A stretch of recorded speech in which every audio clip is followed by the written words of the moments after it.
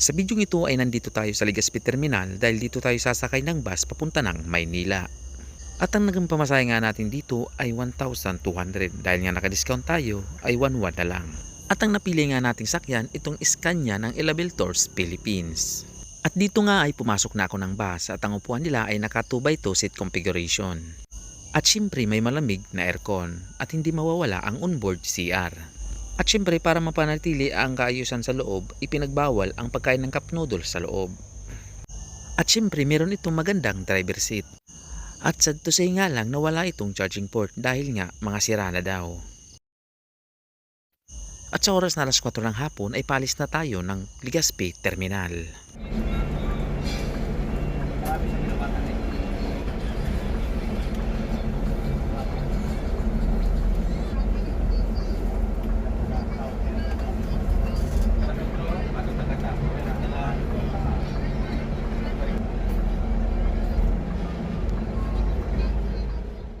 At pagkalis natin ng Legazpi Terminal, ngayon ay binabaybay na natin ang kahabaan ng Tahoe Road, Legazpi City.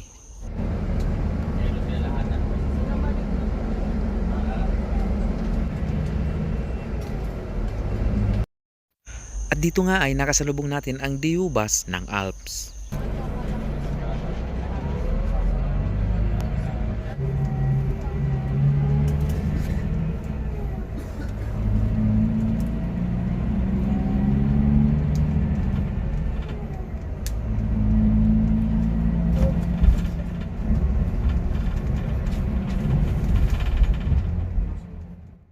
At sa ilang minutong biyahe natin, ngayon ay narating na natin ang bayan ng Daraga.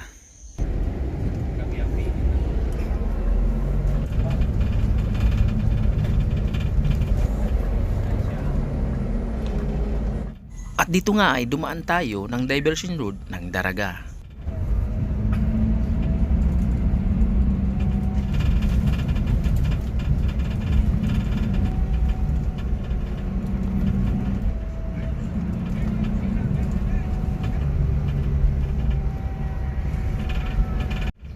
At dito nga ay habang palayo tayo ng Daraga ay bumuhos naman ang ulan.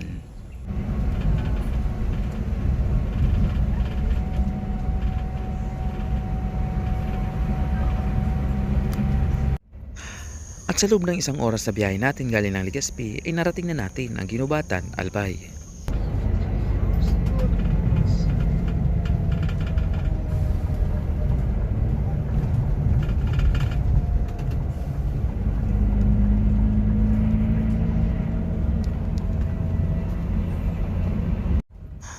At pagkapasok nga ng bus sa Ginubatan, Albay, maya-maya pa ay tumigil ito sa kanilang pick-up station dahil may mga pasaherong sasakay. Pili sa dyan. Ate. Garapon dyan sa garapon. Sa garapon. Sa bote sa dyan. Sa garapon.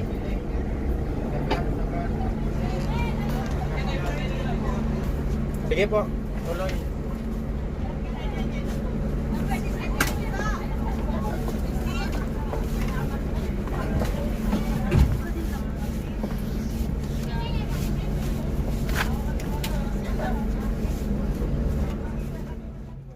At pagkasakay nga ng pasahero ay agad naman umalis ang bus. Ingat.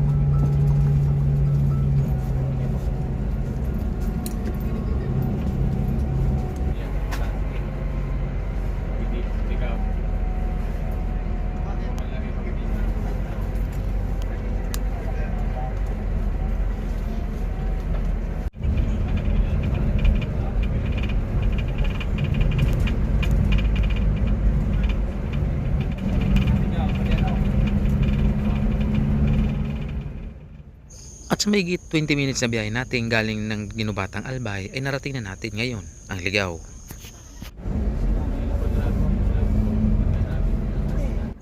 At dito nga ay pumasok pa ito ng Ligaw Terminal upang mag-pick up ng pasahero.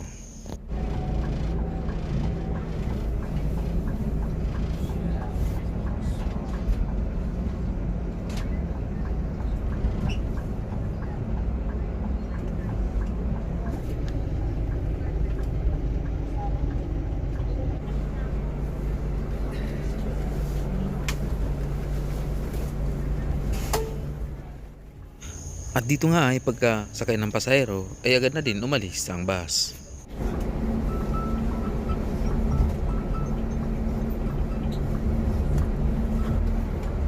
Yung ano, kunin mo yung sa ligaw na ano, yung napakati ng ligaw. Alima, o sige na.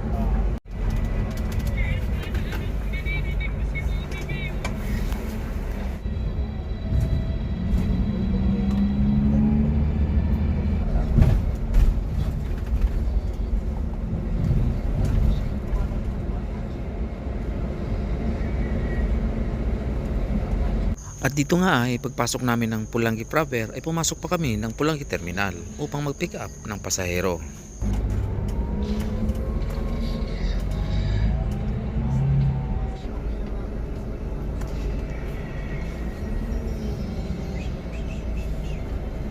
Wala po tayo pasayro ha, madali lang tayo dito. Pick up. At pagkasakay nga ng pasahero sa Pulangi Terminal ay agad na rin umalis ang bus.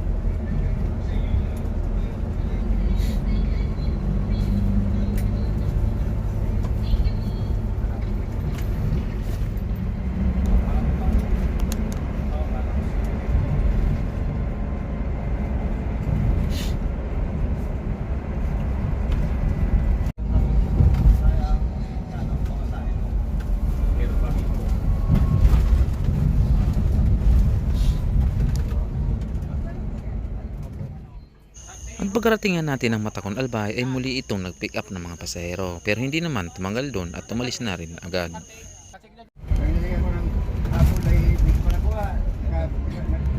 Yung mga huling dumating ay At sa mahigit isang oras na biyahe natin galing ng Matacon ay narating na natin ang probinsya ng Camarines Sur.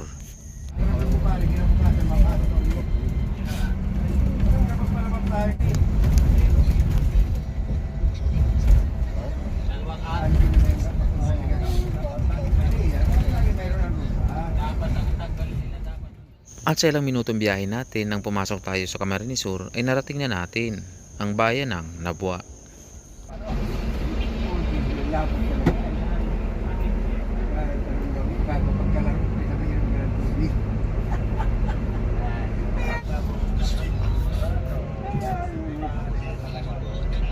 I-recommend ko nga doon sa papalit na yung sticker na dito rin lalo pa natamuan. Minsan nakabasa, mura-murahin, ang ginagasabi. Hindi kita kakilala pa, tawag ka. Nasa bahay na ba siya? Ito naman tayo sandaan. Try ka din sa buhay na namin. Ha? Yung motor, yung lamang pa sa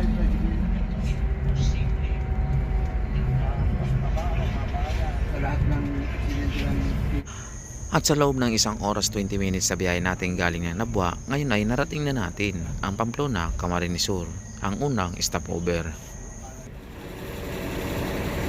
So yun, maganda kami basin to siya. So ngayon, ito yung unang stopover natin. Ito yung Pamplona, Camarines Sur. So hindi ako nakapag-video galing ng ng Nagak hanggang dito sa Pamplona, Camarines Sur. Gawa ng nalubatan tayo mga lodi.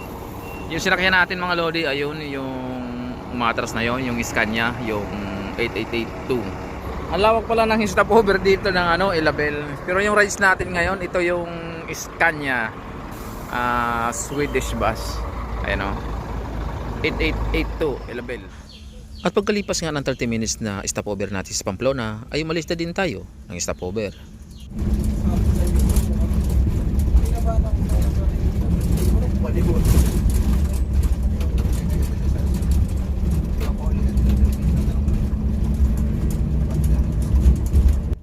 At paggalingan natin ng Pamplona, Camarines Sur ay nadaanan natin ang iba't ibang bayan dito sa Camarines Sur gaya ng Libmanan, Ragay, Sipukot. At pagpasok naman natin ng Quezon Province ay nadaanan natin ang Tagawayang, Quezon.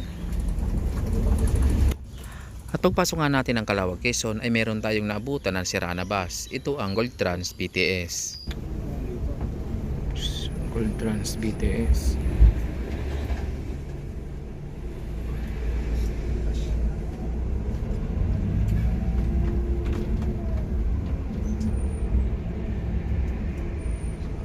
Gold Trans BTS.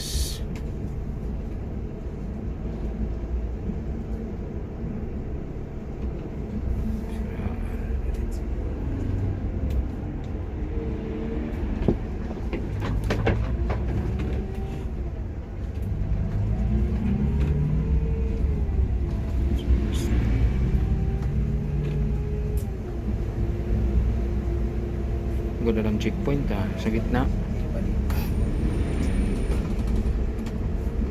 Bola-bola ko yun bago una ng tulo eh.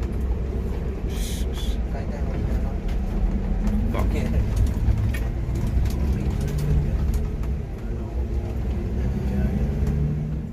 At pagkalagpas natin ng Calauag, Quezon ay meron tayong naabutan na malalang traffic.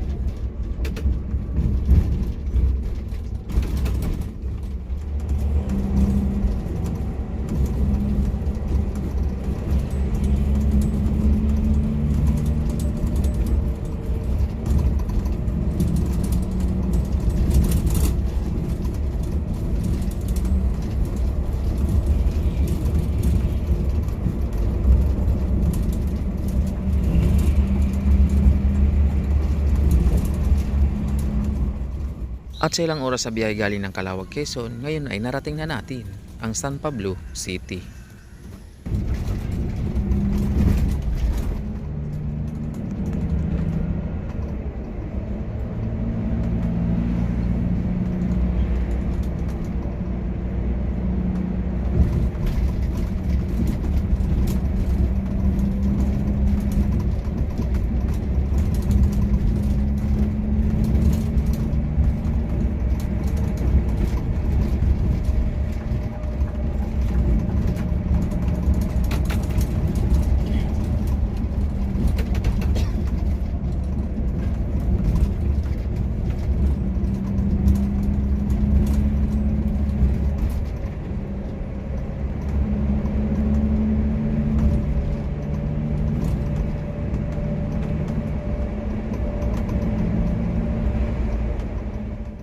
At paglipas nga ng ilang oras sa biyahe natin galing ng San Pablo City, ngayon ay nandito na tayo sa Skyway.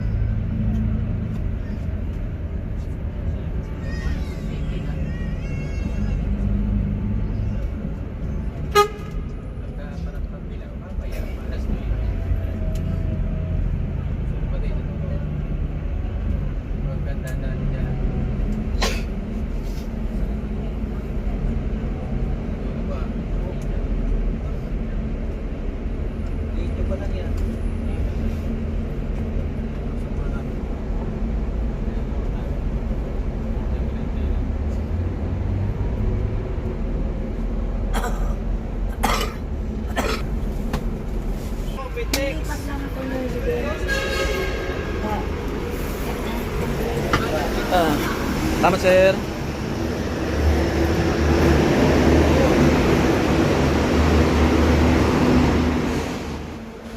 At sa mahigit 16 hours na biyahe natin galing ng Legazpi, ngayon ay nandito na tayo sa PITX.